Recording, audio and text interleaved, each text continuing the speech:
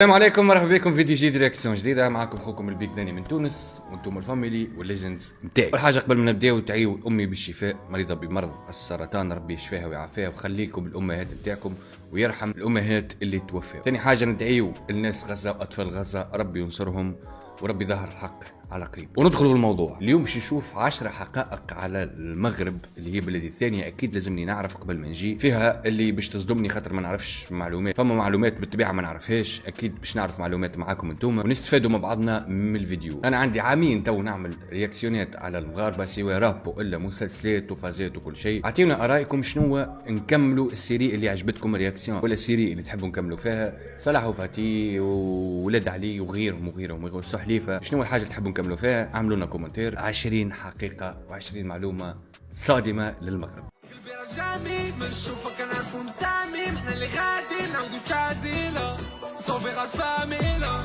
صوفيغ الفاميلا صوفيغ الفاميلا وما اللي حاضر الريل لايف كيف الكاميرا. شباب، من غير ما نوصيكم على الدعم بتاعكم المتواصل، يفرحني ويفرح قلبي.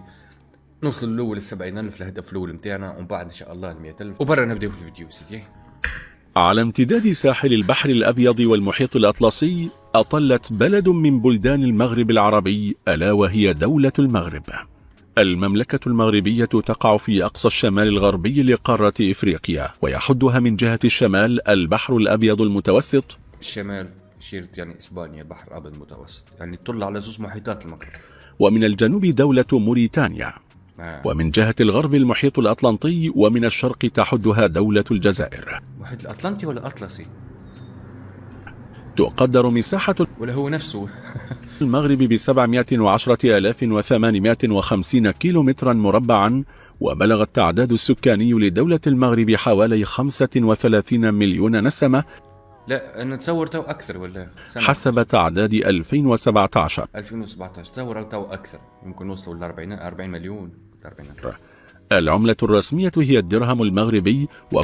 شباب العملة ذي اللي في العملة ذي الرئيس حسن الثاني، ملك ولد الرئيس ملك حسن الثاني هو اللي في العملة. كل 10 دراهم تقدر بدولار واحد تقريبا. كل 10 دراهم بدولار. نحن كل 3 دينارات بدولار، يعني كل 3.5. إليكم أهم 20 معلومة مثيرة قد لا يعرفها العرب عن دولة المغرب. آخر 5 معلومات سوف تصدمك. شاهد معنا واستمتع للنهاية. ديما محتوي على المغرب خويا، معلومات عليه اكيد باش نستمتعوا صاحبي. 1. يعتبر المغرب أقدم مملكة على مدار التاريخ بعد بريطانيا العظمى، حيث لم يحكم المغرب غير الملوك والسلاطين فترة تزيد على 12 قرنا دون انقطاع. نتصوروا المغرب أقدم مملكة بعد بريطانيا العظمى، تجي بعدها مملكة المغرب. 2. أول من حكم المغرب كان إدريس بن عبد الله بن الحسن بن الحسن بن علي بن أبي طالب، وكان ذلك عام 788 للميلاد. أول من حكم المغرب من سلالة علي بن أبي طالب، إن شاء الله. 3. والله ما نعرف المعلومات هذه، والله ما نعرفهم شباب. تعتبر المملكة المغربية من الدول العربية النادرة التي لم تخضع للحكم العثماني. 4. هذه نعرفها، المعلومة هذه نعرف. نحن الحكم العثماني من الجزائر وانت ماشي حكاية، يعني ما وصلش للمغرب. الملك محمد السادس ابن الحسن العلوي هو الملك 23 لسلالة العلويين التي تحكم المملكة المغربية، ويحكم منذ عام 1999. هو من 1999 ملك 1990 ولا 1999؟ المملكة المغربية ويحكم منذ عام 1999. 5. في عام 2011 أصدرت مجلة فوربس قائمة بأغنى ملوك العالم، حل فيها ملك المغرب محمد السادس في المركز السابع بثروة تفوق 2.5 مليار دولار. هذه وصلتنا المعلومة تونس، يعني هذه نعرفوها المعلومة هذه. 6. طبقا لدستور المغرب فإن العاهل المغربي يطلق عليه لقب أمير المؤمنين. 7. ريت فيديوهات يقولوا في أمير المؤمنين.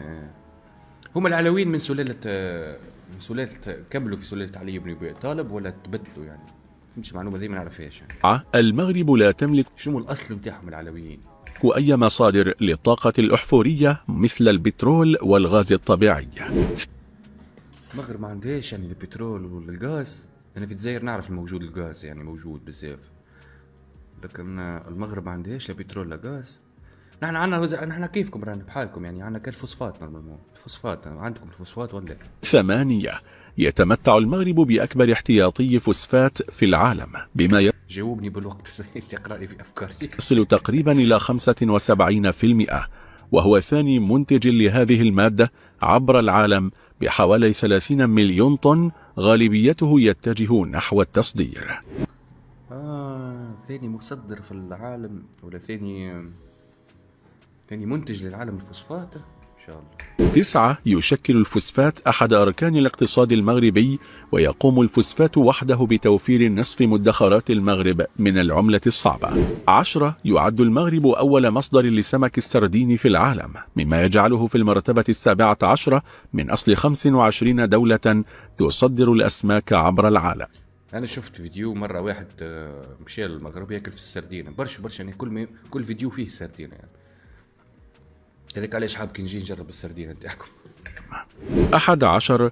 سنة 2013 اعتبر المغرب البلد الأكثر أمانا في شمال إفريقيا. أنا نعرف السبب علاش يعني، خاصة 2013 وقتها بريود الثورة في تونس وفوضى كبيرة. في الجزائر صارت وقتها مناوشات مع الحاكم وكل شيء. المغرب الوحيدة اللي بقات آمنة. المغرب وقتها اللي ما تأثرتش بالربيع العربي وكذا، ما فماش يعني. الشعلة بدأت من تونس صحيح، لكن ما وصلتش المغرب.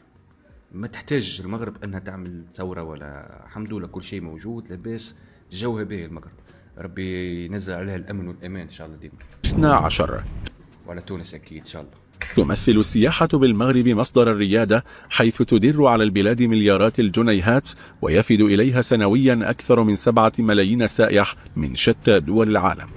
إن شاء الله العام هذا يولوا 7 ملايين واحد، اللي هو أنا إن شاء الله بقدرة الله. 13.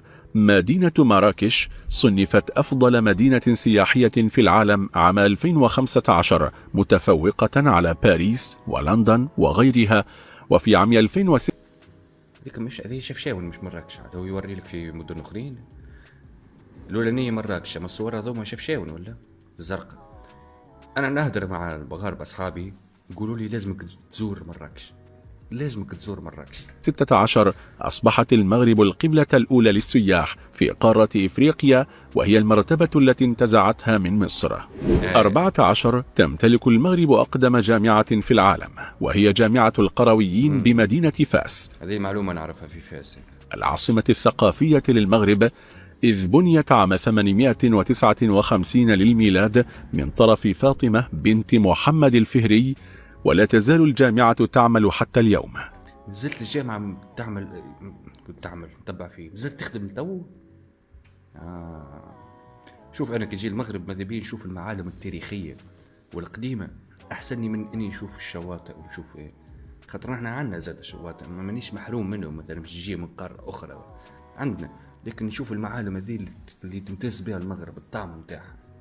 إذ تخرج فيها مجموعة من علماء المغرب وشخصياته البارزة، ودرس فيها عدة علماء كابن خلدون. ابن خلدون مو تونسي، هو شي درس غادي قلت لك خاوة. 15. يعتبر المغرب أقرب دولة عربية لأوروبا، إذ يفصلها عن دولة إسبانيا مضيق جبل طارق بمسافة تقدر بحوالي 15 كيلومتر. في بالي 14 كيلومتر ولا 15. كيف 16. طبقا لمنظمة الأمم المتحدة، يعتبر المغرب أول مصدر للحشيش في العالم، وذلك بفضل قربه الجغرافي من أماكن تركز المستهلكين. علاش المعلومة هذه يعني ما فهمتش؟ أنت جايب معلومات باهية، كنت مريقل ماشي، علاش المعلومة هذه؟ علاش يا صاحبي؟ في أوروبا وشمال إفريقيا، إضافة للانتشار الواسع لزراعة نبتة الحشيش رغم تجريمها بحكم القانون. ووفقا لوزارة الداخلية الفرنسية، فإن 80% من الحشيش المستهلك في أوروبا يأتي من المغرب. هذا شيء معروف يعني، هذه حاجة نعرفوها، ماهيش حقيقة صادمة يا أخوي. يمكن حقيقة صادمة البلدان ما تعرفش المغرب، لكن هذه حاجه ما تشرفش نجم نقول. بالرغم تعاون الاقتصاد، سمعت اللي هي تعاون الاقتصاد خاصه كتامه الارض نتاعها تخرج حشيش نقي، لكن كوميم صاحبي كوميم ما تشرفش بزاف. المغرب 17. تعتبر المملكة المغربية أول بلد في العالم يعترف باستقلال الولايات المتحدة الأمريكية، وذلك سنة 1777 للميلاد، واحتضنت مدينة طنجة المغربية أقدم مقر دبلوماسي أمريكي في طنجة الحب طنجة العالم، الذي تحول اليوم إلى متحف. هذا المتحف يعد المعلمة التاريخية الأمريكية الوحيدة التي تقع خارج أرض الولايات المتحدة. شوف كيفاش والله ما نعرف هالمعلومة. 18. حوالي 15% من المغاربة يعيشون في الخارج، وتحظى فرنسا بنسبة قديش النسبة؟ 19% من المغاربة الولايات المتحدة. 18. حوالي 15% 15% من المغاربة يعيشوا البر. من المغاربة يعيشون في الخارج، وتحظى فرنسا بنسبة الأسد من المهاجرين المغاربة بما يقرب من 2,000,000 مغربي. 2 ملايين مغربي في فرنسا. تحية الناس المغرب في فرنسا اللي تفرجوا فيه، تحية ليكم واحد واحد. تليها إسرائيل حيث يقطنها قرابة 1,000,000 يهودي مغربي هاجر أغلبهم قبيل استقلال المغرب عام 1956، ويعيش حوالي 800. سمعت اللي برشا بالحق برشا مغاربة يعيشوا في إسرائيل يهود، يعني هم يهود أكيد باش يمنوا بإسرائيل، هم يهود. والسبب معروف علاش، راهو تفرجت في فيديو الخون المساحة تحية ليه يفسر علاش. 1,000 مغربي في إسبانيا، وحوالي 800,000 آخرين في دول إيطاليا وبلجيكا وهولندا ولوكسمبورغ. 9. مغربي بارتو أخوي، حتى في تونس موجود. 10. باستطاعة المغاربة تحدث عدة لغات، لكن من الصعب أن تتعلم أو تفهم لغتهم، حيث يتحدث الكثير من المغاربة الفرنسية التي استمرت في التعليم نتيجة الاحتلال الفرنسي. غلط صاحبي، لا غلط في المعلومة ذي غلط. ما يتكلموش بزاف فرنسي، مش كيفنا نحنا والجزائر. نحنا والجزائر نتكلموا بزاف فرنسي، عندنا برشا كلمات، لكن هما مخلطة لغتهم مخلطة بالأمازيغية، شوية فرنسي شوية اسبانيا وعربية تخلطوا مع بعضهم خرجوا لك الدارجة. الفرنسية التي استمرت في التعليم نتيجة الاحتلال الفرنسي. الاحتلال الفرنسي 50 سنة فقط، ترى مش بحالنا وبحال الجزائر. نحن زاد كيف الجزائر 132 سنة. كما يتحدث عدد منهم الإسبانية والإنجليزية، ويستطيع المغاربة كذلك الحديث باللغة العربية دون أي مشكلة، إلا أن اللهجة المغربية تعد من الأصعب بالمنطقة، وتقريبا عندما يتحدث المغربي بلهجته يجد سكان بقية الأقطار صعوبة بالغة في فهم ما يقول باستثناء الجزائريين. أنا أول ما بديت اليوتيوب كنت كندير رياكسيون، كنت نفهم والو، كنت نفهم تا كلمة والله لكن دابا الحمد لله كان نفهم ومفسر، يعني مفسر للناس. 20. المغرب يصور فيها أقوى وأشهر الأفلام والمسلسلات في العالم، Game of Thrones، وذلك بفضل المؤهلات الطبيعية للعديد من المناطق المغربية، لا سيما القاحلة منها، إضافة إلى توافر عدد كبير من الأماكن الأثرية والتجمعات الحضرية القريبة من الطابع الشرق أوسطي الأوروبي أو الإفريقي. ومن أشهر الأعمال التي صورت بمدينة الصويرة المغربية سلسلة لعبة العروش Game of Thrones. Game في الصويرة في الصحراء، يعني قريب الصحراء، الصويرة لوطة في الجنوب. of Thrones الذي يعتبر الأكثر متابعة في التاريخ. شكرا ليك على الفيديو ذا مزيان، شكرا ليك. انا بصراحه برشا معلومات ما صدمتنيش، خاطر حيت انا عارف شويه معلومات، لكن فما معلومات اول مره نسمع، فما معلومات في الفيديو هذايا تزيد تعرفني اكثر بالمغرب. بالنسبه لكم انتم كمغاربه، شنو المعلومه اللي سمعتوها في الفيديو هذايا وما تعرفوهاش، ما كنتوش تعرفوها؟ كتبونا في التعليقات وخليونا رساله باهيه في التعليقات زاده، واجاو عندي للانستغرام. مرحبا بكم الناس الكل، وراو عيب تتفرجوا ماكش عامل ابوني، راهو عيب. اذا كان اكيد ما عجبكش المحتوى ما تيرش ابوني، راهو نورمال. ما تنساوش الدعم نتاعكم، وديما مغرب.